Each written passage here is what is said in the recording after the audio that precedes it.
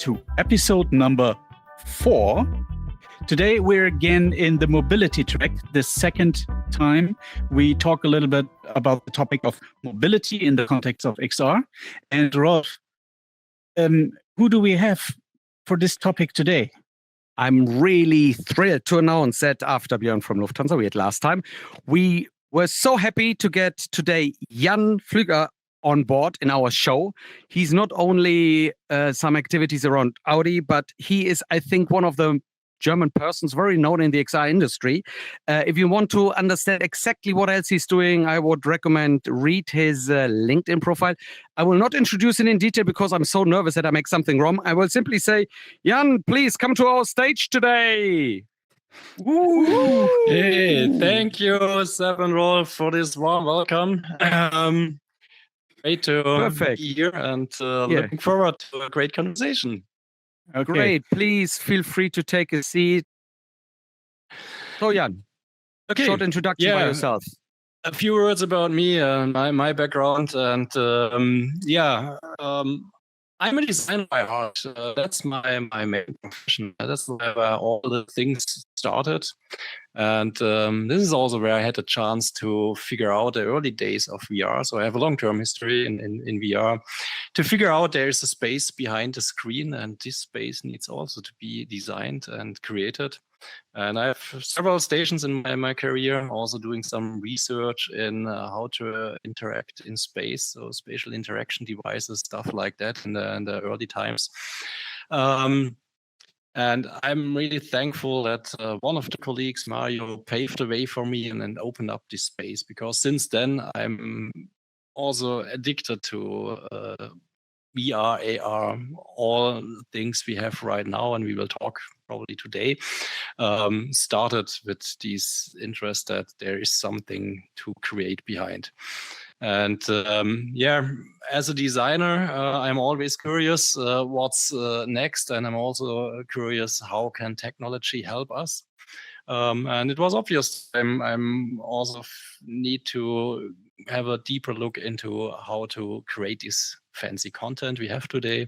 So I work for a company called Real-Time Technologies, famous at this time for real-time content, point of sale systems, the first car configurators.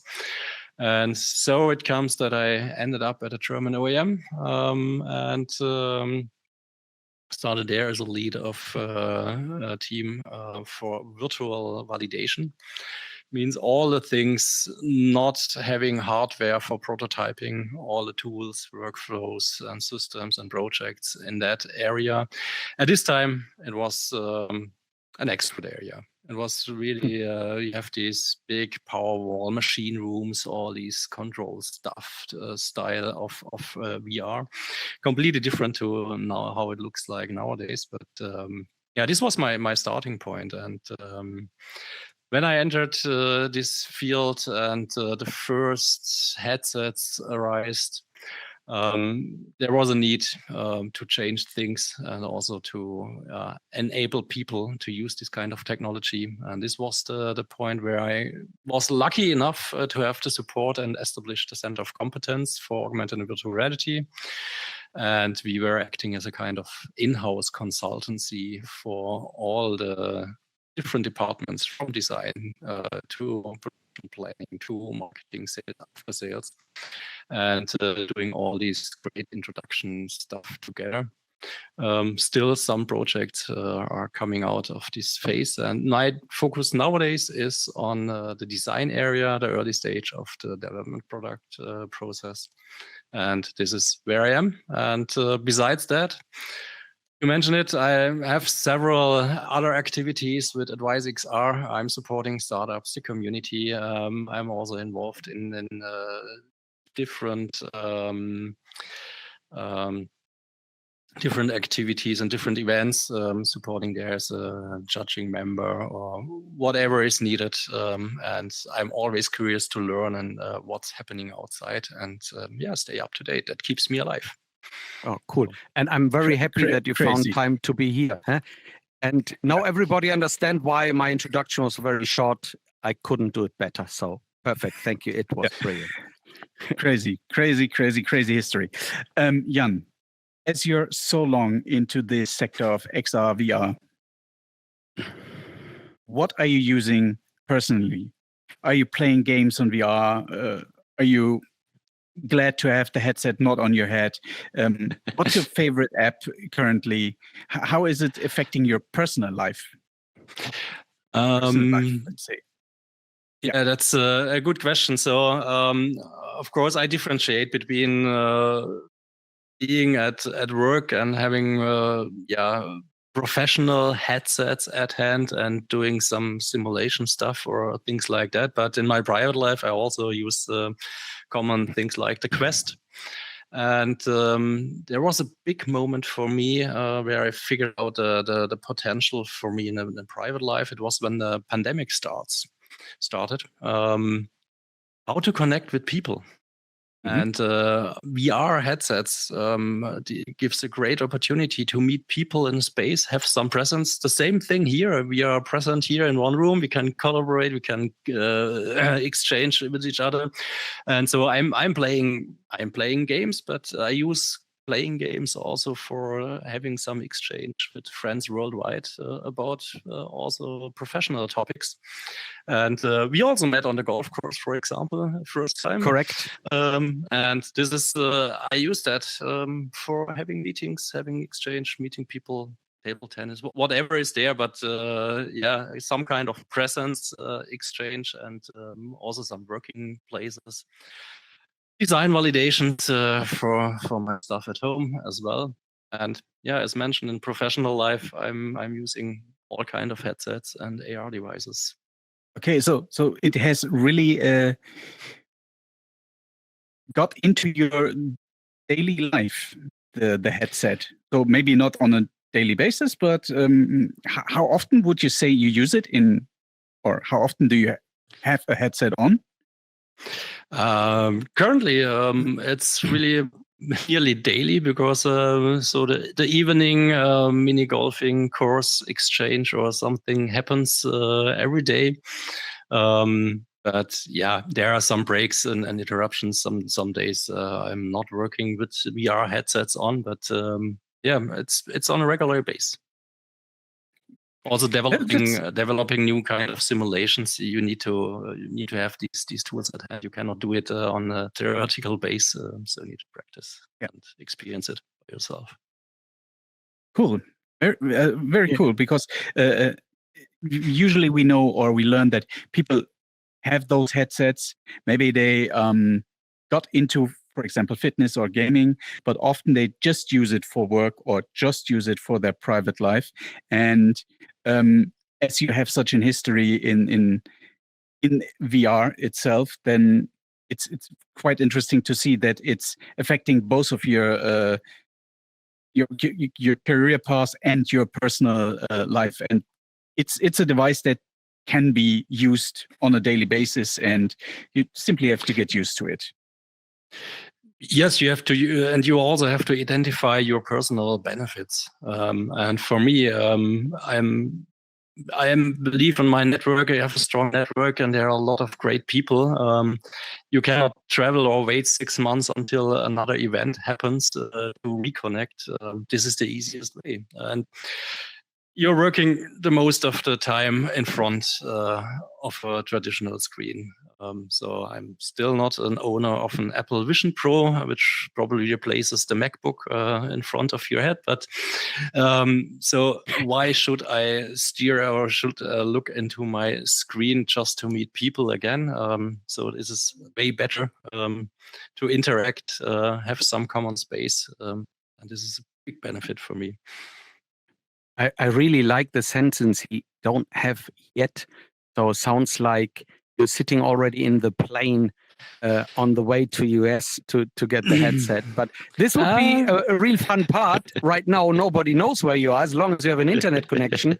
And this is, I think, something you clearly highlighted, is finding your personal or business benefit. And I think this is very interesting.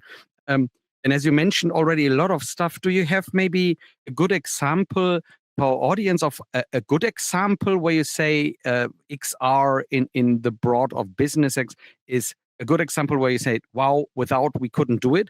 And also maybe a biggest fuck up, if I can say this, where you say this was a time or an experience where you say, oh, never do this because it's not worth doing it, or less big lessons learned you want to share with us? Okay, it's a little bit difficult for me. Wow moments. Let's come back to that. Probably it's. I'm too much into my own bubble for a long time, so I have some images in my head where it's more about emotions created with this kind of technology. One of the starting points, long years ago, there was easy power was set up, and were projectors called Leasigang. You may remember this traditional brand. You found it in school. So with this kind of projectors, you have a stereoscopic power wall, really an easy setup. And when I was training or learning programming language, which is also outdated nowadays, one of the learning projects was I was doing Pong for the Powerwall. So we have this easy Powerwall, a prop in your hand, and you can play Pong in space in front of a Powerwall. What happened is that my my junior was really bumping into the wall, and not only him, other people as well. So I know, okay, hey, even if the setup in the room is so small and so easy, the immersion works. So immersion helps people, and you can use exactly these space. This was the first moment I think, okay, it doesn't need much, but you need to do it in a good way to interact. And of course, the second wow moment was for me is always seeing other people experience what you have done. And I had a chance to work on the concept car last year, the Active Sphere, where we use AR technology for the user interface, and seeing people experiencing it first time and see how fascinated they are, and getting these fascination also back as a feedback, because you are always too close into it. This is for me also a kind of confirmation that this technology has the potential also to bring emotions into our daily life. For sure, we have a lot of other examples in using it for workflows, for quality assurance, for the training stuff. Sorry. And this is the traditional, I guess, the traditional stories everybody on the manufacturing side will tell you. Fuck up moments. Yes, there was a big learning. I don't say it's a real fuck up, because I do not app development and crashed and things like that. But one of my first entry points was having a project in an enterprise environment, and I'm convinced of the technology, what the technology can do to improve workflows and all these stuff. And I prepared everything from a project point of view, and realized that I thought, okay, this is it's obvious. This technology will help us improve, and everybody will agree, and it will happen. But totally underestimated that we are talking still with people. People need to accept changes. First, changes, not only technology, it's about changes. If you come over with new technology, improving workflows, doing things they never did before, there is a kind of distance to it you need to overcome. And then you also need to understand how these companies usually are managed, how the hierarchical influence, how politics works. This change on mindset, you need to create all this stuff up front before you come out with new technology or new solutions using new technology. And this was I think my biggest learning at an early stage, bumping into walls, thinking, okay, what's wrong here? It's obvious, but it's not acceptable. So it took 7 years after that to finalize it. But I think this human part, we're all human, and this change is something you're not the first to saying. And I'm really glad that most of the time people are, having the same experience. So we just have it in mind when you start with XR project to make sure the people are on board and you bring them that they see the technology not as a fear, that they really see it as a helpful tool. Let's talk a little bit about the topic of mobility, because what drives me around a little bit is that you have on the one hand you have new technologies, new communication technologies, XR, in the future the metaverse, where people can meet, where they can do business, where they can spend their time in, have holidays or something else. And on the other hand, we have the physical presence, where we actually still live in, and hopefully will still live in the future, where the physical mobility plays a part. And in the mobility sector, we see a lot of, let's say, diversification, a lot of innovation in different types of mobility. We see more bikes, e-bikes, e-scooters, and flying cars, and so on. As you are on the, let's say, forefront of the design, what do you expect mobility to become in the next couple of years? Let's maybe start with the physical one.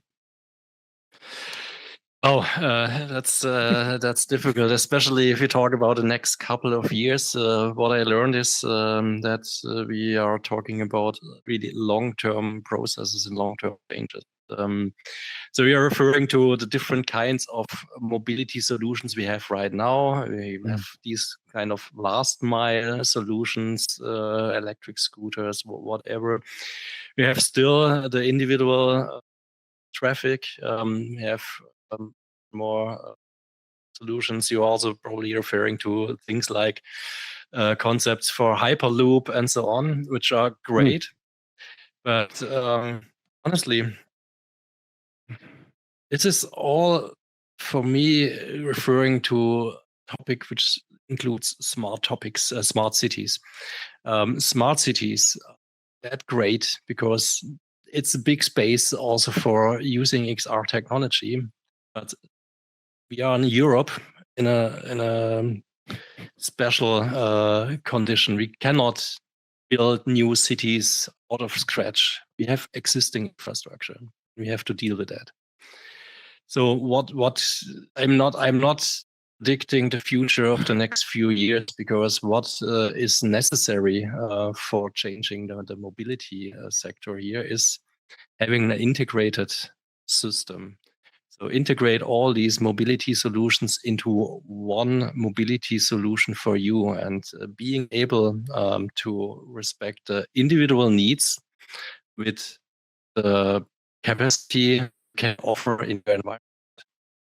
That means you need to have connected systems. So we are talking about a big ecosystem of mobility. And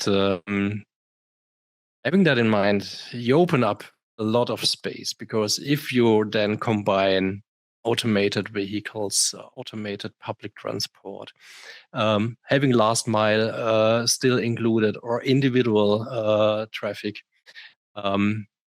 if you can orchestrate all these individual things in one common system, you can also reduce the space you need for this kind of transportation. You know that we have a lot of space every day, which is only used a few hours, and the rest of the day it's just an empty space and not creating quality for us in the cities or outside the cities. You can orchestrate all these things, putting cars automatically in storages, but you need to make cities smarter than smart, even a bit, or especially when you have this existing infrastructure. Why I'm saying I do not see it in the next few years, it's traveling with Deutsche Bahn, and you see there's still a bit in one system, there are still gaps. So, and this is really a big challenge. I hope that AI will help us a little bit more in solving these and coming closer to a mobility ecosystem. And what kind does XR, or what role does XR plays in that? So XR will be the same as for a manufacturer. For the planning, for the first sketches, for the integration, can be really helpful to deal with all this information and data, but also to guide the end user, you as a client then of a mobility solution, with your individual transport system or with your individual mobility. So you have the back-end planning and the front end using XR as an interface to it. Okay, so if I'm talking too much, please interrupt. No. No, it's okay. And I just want quite to interesting viewpoints. Yeah, I want to understand your perspective. So, meaning, for example, having, for example, an AR glasses on your head, which has the mobility providers app on it, for example, will then be basically the guide that brings you from the last mile solution to a long term and so on, and handles all the topics like the traffic light. Basically, it doesn't need to be physically there. It just need to have a communication to whoever is in queue to come next or something. Yes. And basically, this would be the thing that has to be achieved before we see all these stuff really working well together. Yeah, it's not only that, just a part of it. So thinking in a project structure. So as a project manager, you always deal with this threefold of cost, time, and quality. And you are on a need to getting from A to B, and now you can select the preferences. Do you have more time? Probably less costs. Do you have less time? Probably more costs. Do you have more quality? And dependent on your needs and your requirements, a complete end-to-end mobility solution will be calculated. Also referring to the capacity, what is available, how things are, and reserve the last mile mobility, all these things. But you need to find it, because it's not a traditional, I need to go to the train station. I know exactly where the place is. You will be guided individually every time. And how do you see, let's say, maybe not the last mile, more the longer travel times? How do you see that, or the user experience that will be in those time periods? Because obviously, I think we will always have a certain time that we spend traveling. As soon all this stuff becomes autonomous and driving yourself, or you're sitting in the train, then I guess you as a human want to spend your time with a certain value, and the value is basically up to you. For you, the value, if it's entertainment, if you want to work or whatever. But how can you imagine let's say the journey, how this changes in the development, or in the next couple of years? As you mentioned, autonomous means that I'm not longer involved in taking care how I'm getting from A to B. So this also creates a kind of space around you, and it's called an experience space. Even a car is heading to an experience space, because now it's not only the purpose driving and having some stuff with you. It's as you mentioned, how to use the time, and so I expect that you are able to use in driving or in systems as well. As you mentioned, entertaining is already some examples out there. I guess work is also doable, reserving some spots for meetings while driving. All these will be possible, and this is not too far away. It's still something to do, and we have still to talk about interoperability and standards and all these things. Bandwidth is a dependency we have, especially in Germany. But yeah, these are the things to come. How far it will go regarding and creating an individual experience, which is then my expectation. Because we are talking then more or less about autonomous mobility platforms. How a brand create an experience for me that I feel comfortable using these kind of mobility platform. Will be the differentiator in the future. Yeah.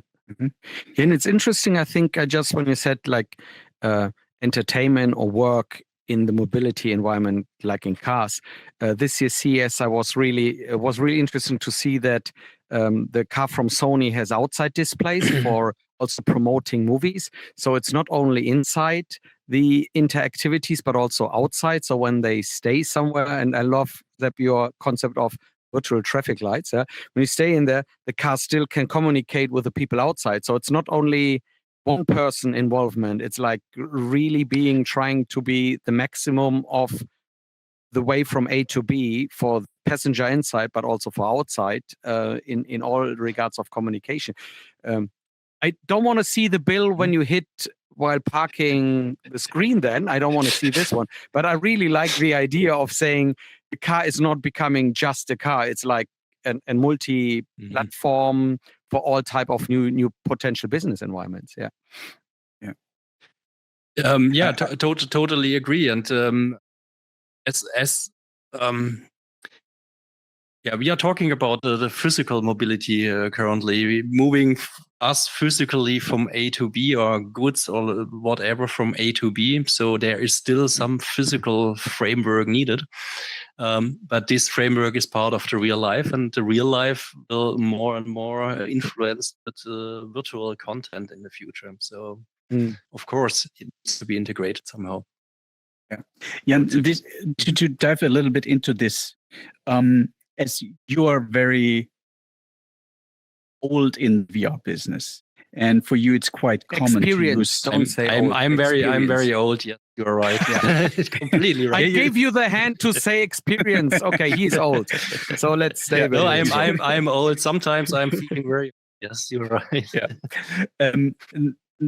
For me, the question is, because I think a lot of people are still in fear that the virtual realities will take over and keep us apart and our society, and have a kind of fear. And without judging it, I just would like to hear your opinion, your personal opinion.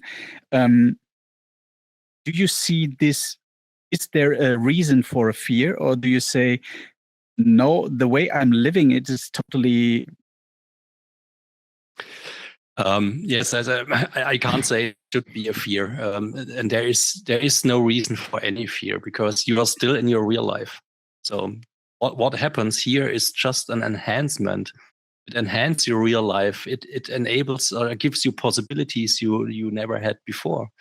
As mentioned, I was able to meet great people from all over the world I would never have met in real life, and get their perspectives, get an exchange. So for me, it's an enhancement, having these kind of possibility just to jump in wherever you are and jump in, sharing a space, sharing experiences, and also having we have this conversation right now. It's you are here.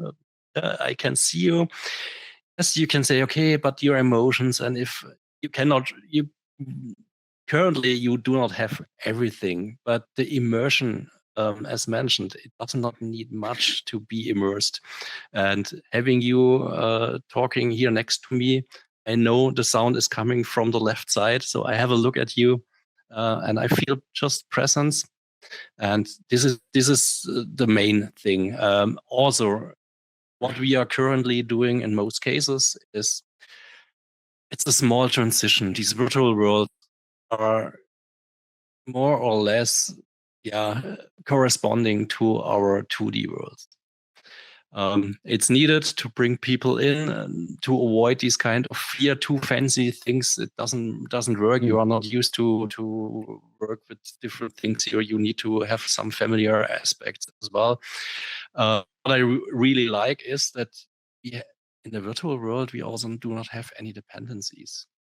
So we can beyond the physical borders. We can use the space. We can create a lot of things. We have, you can do a lot within virtual spaces, either for you alone, if you're creative people, or together. I think this togetherness in a virtual space is the biggest benefit having in mind for a normal life, not for business.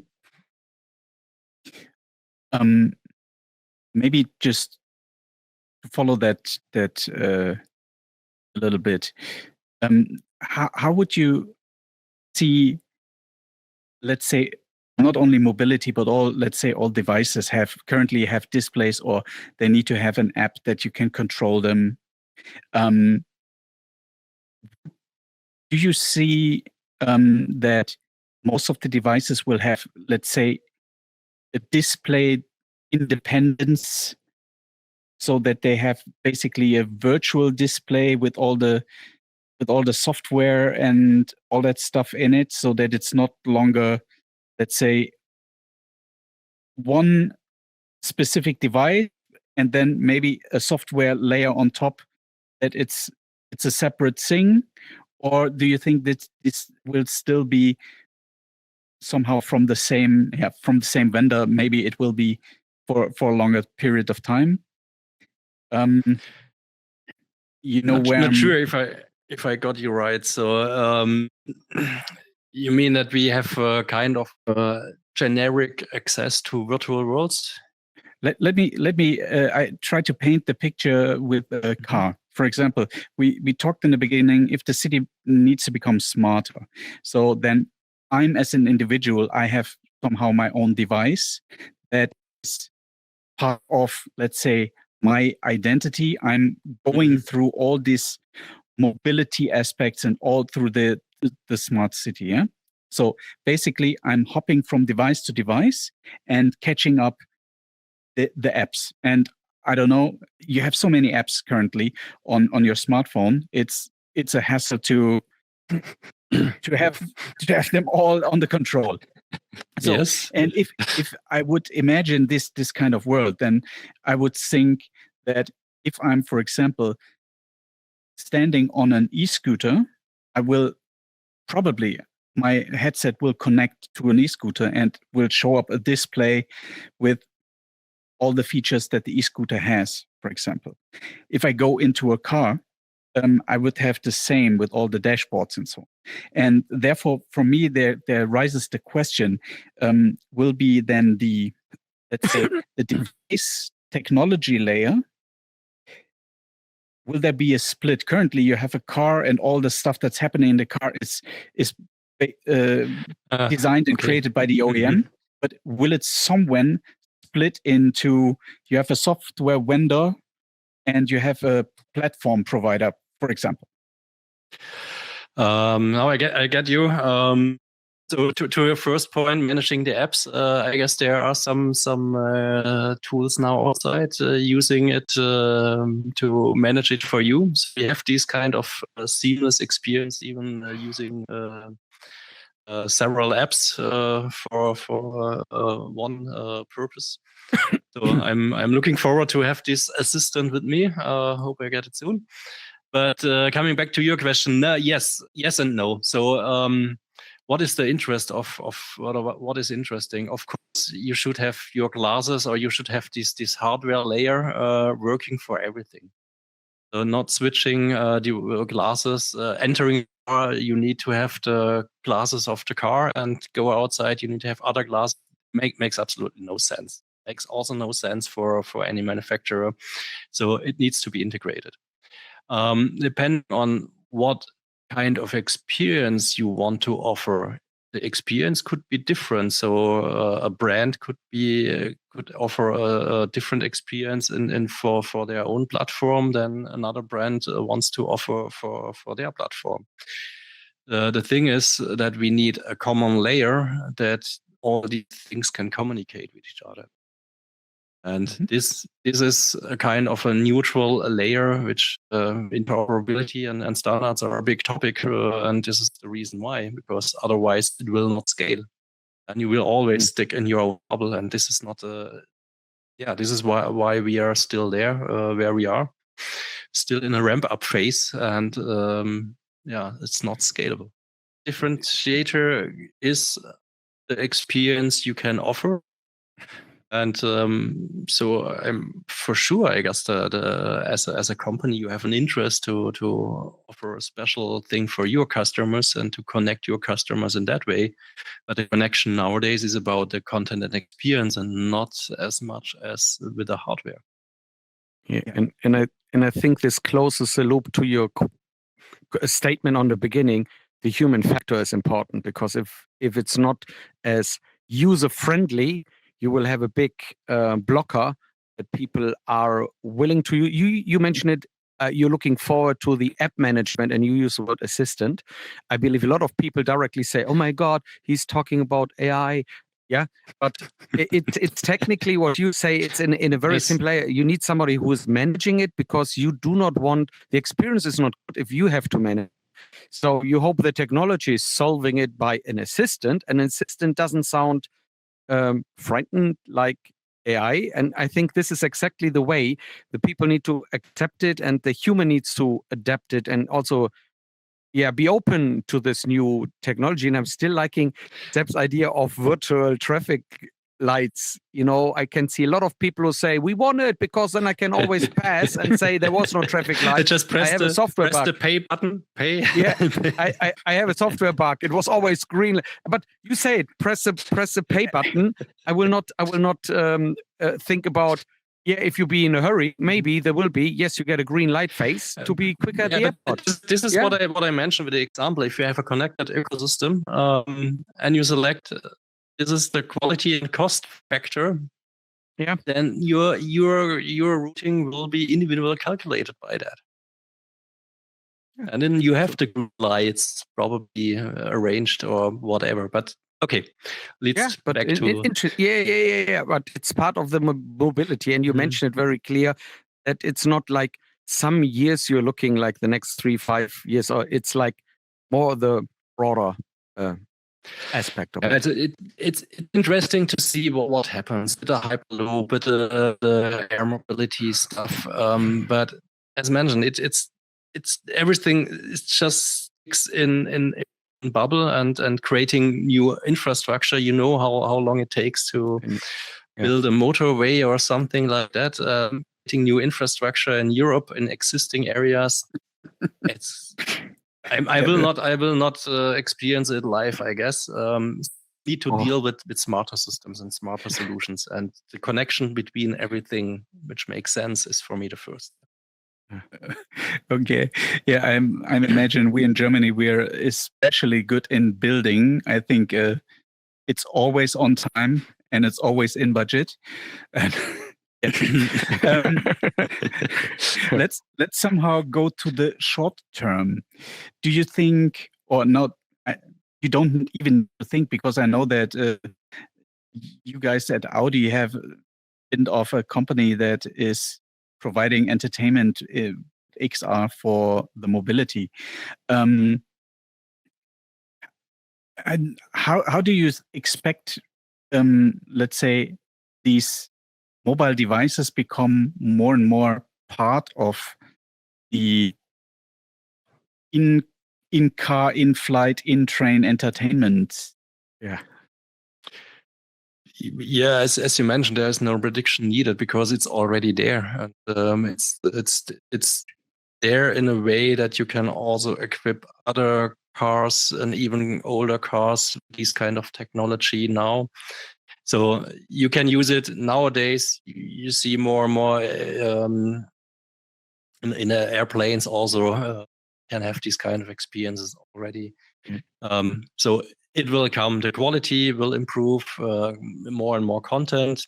So yeah, having stable tracking on a moving device, this moving platform is still some kind of challenging. So you have some limitations. You need to overcome that.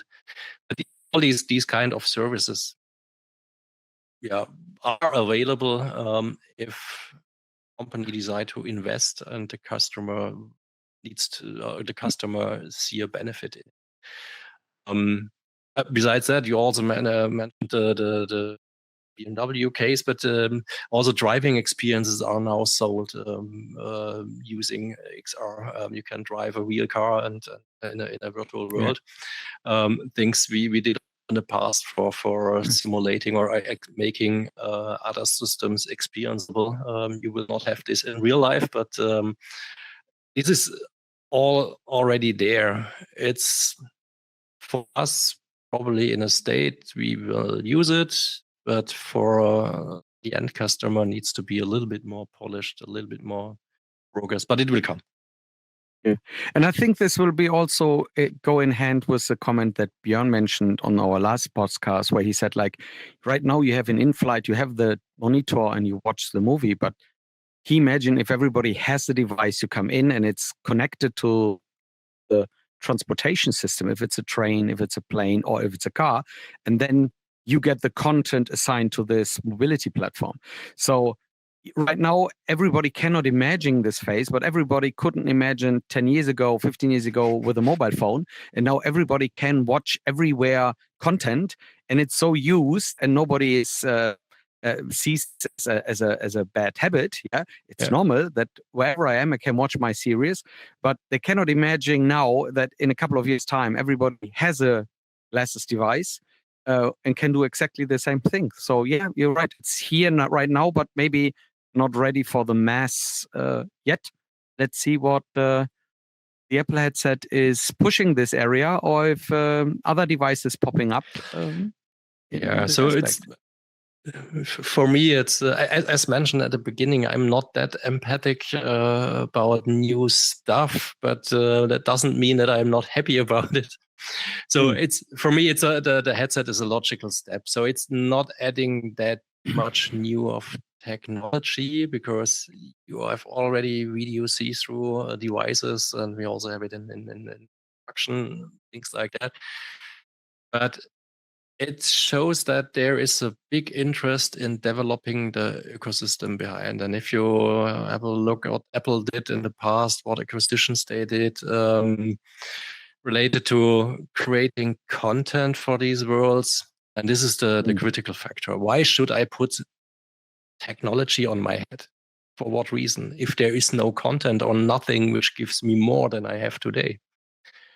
So you need to have both sides as well. So for me, it's a great learning phase. I guess they will polish their Vision OS system, selling these headsets, and then we expect all the glasses coming from different providers. We will see. Yeah. I'm waiting to get my one in real life. Yeah. Jan, I think my last question, what would you recommend any business, doesn't matter if small or large enterprise, today, which technologies should they have an eye on, and which maybe from your designer perspective, which developments should they keep an eye on, and do not lose time and really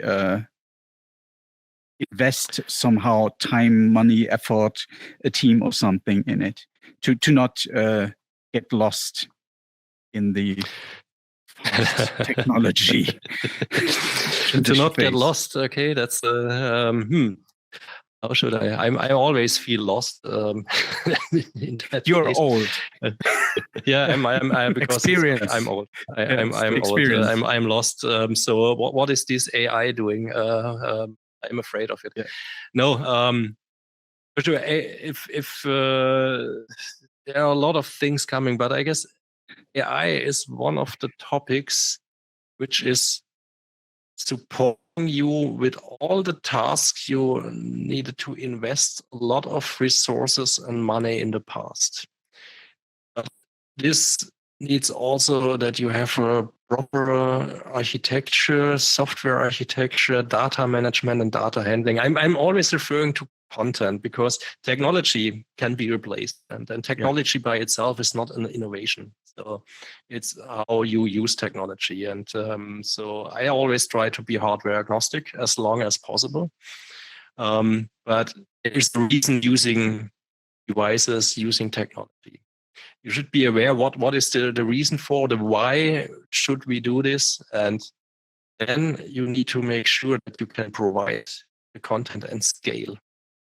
And so most starting with a kind of a showcase, but this is boring because the showcase is done with a lot of manual effort and money. You have a one-time shot, and this is great. It's story behind. But if you want to implement and create business cases around, then you need to streamline it, and you need to create your pipelines. You need to have where are your assets coming from? What is your asset generation process? It's also happening a lot in that area. So I guess sooner or later we will take AR or we'll create AR content as we do a snapshot with our phone today. All these things you have to keep in mind. What is your data? What is your unique approach? And the play out part, how to get it out. I think this is at least the question which is still open. Keep in mind, we are here, we are there in space, but we are still few people having headsets, using headsets every day. So not everybody out there is already equipped with the glasses, with headsets. So we still on this ramp up phase. So another advice is just be patient. Do not expect a hockey stick growth from now, and also the Apple Vision Pro will not the holy grail for scalability, but it is an entry point. Yeah. So if I make now some bullet points from what I've learned today is try to be interoperable. So try to get a developer stack or the team of developers in your company that help your products, help your infrastructure to become interoperable with all the applications, all the APIs that you can provide to others or to yourself. Create a great customer experience. Think from the content side, from the user side, what can you provide them? Do not leave them out, and do not go too much on technical specifications, because you can do a lot of stuff in the future with basically the right customer journey or the customer experience.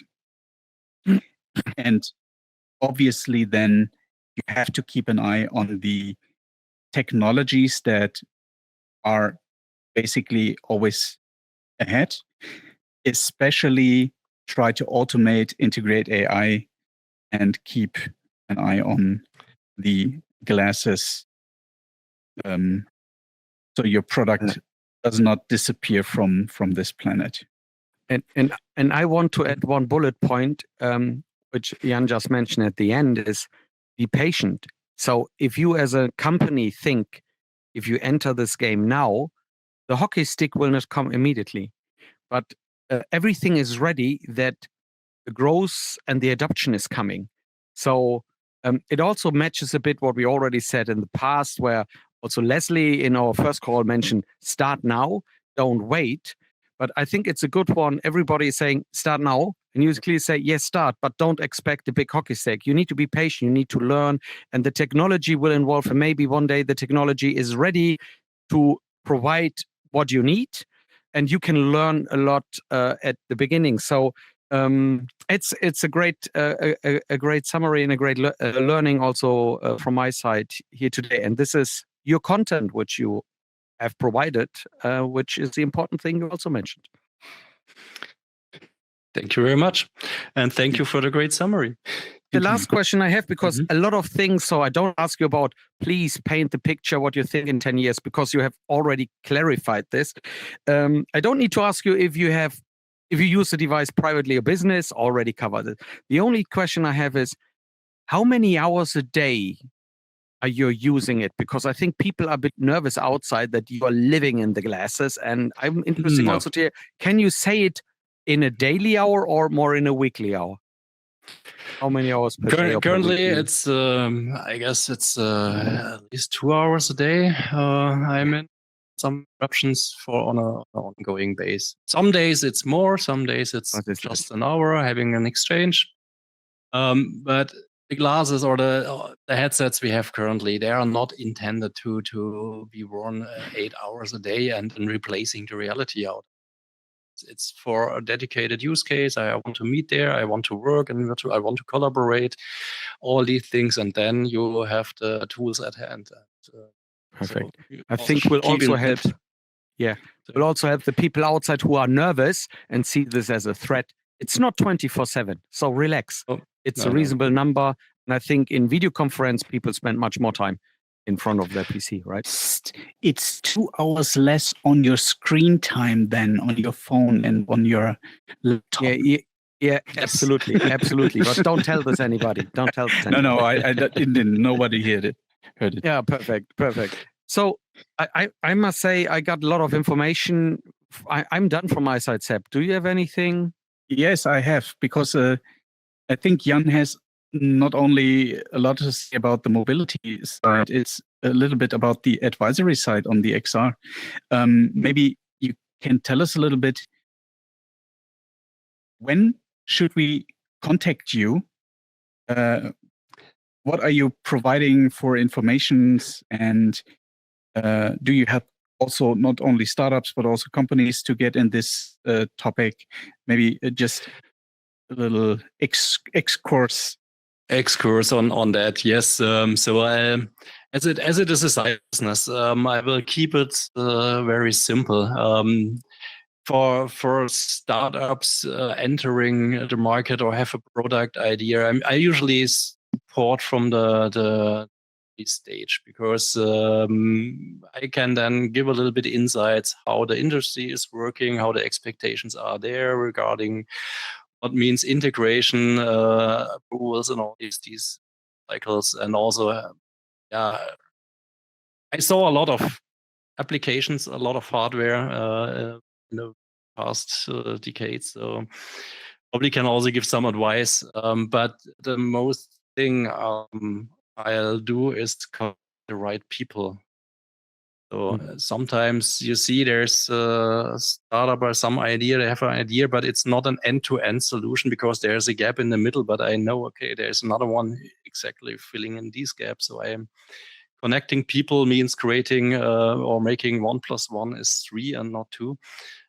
This is what I provide on a daily basis. And of course, everything which has to do with XR and how to improve in the industry. I'm always open. I'm also have some talks with the industry there, having new ideas or some new concepts at hand.